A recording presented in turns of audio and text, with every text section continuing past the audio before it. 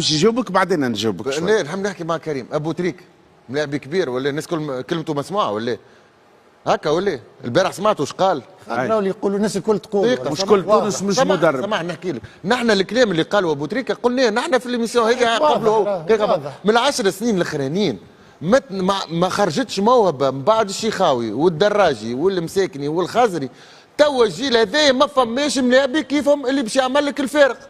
ما فماش كديكليك، ما فماش واحد تستنى منه حاجات كما كانوا عندنا. خالد انت اللي تحكي علينا حتى النجوم اللي كنا ما كناش نجوم كما تحكي انت بارابور بالمنتخبات الجزائر المغرب مصر النجوم شوفهم وين يلعبوا في تريو نيفو.